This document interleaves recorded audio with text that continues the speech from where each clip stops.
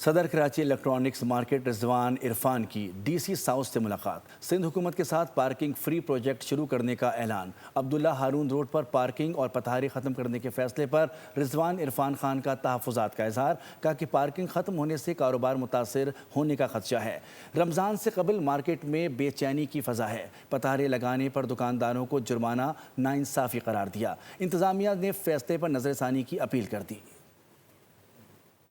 ہماری meeting D C south سے ان کے آفس میں ہوئی، جہاں ڈی سی ساؤتھ صاحب نے جو ہے ایک حکم صادر فرمایا ہے اور کہہ رہے ہیں کہ سندھ گورنمنٹ جو ہے ایک پائلٹ پروجیکٹ کرنے جا رہی ہے کہ عبداللہ آن روڈ اور زیبن اسٹریٹ کو جو ہے نو پارکنگ زون میں ڈکلیئر کرنے جا رہی ہے۔ تو یہ سراسر ناجائز ہے، بلا تکلیف دہ عمل ہے اور ناقابل قبول ہے۔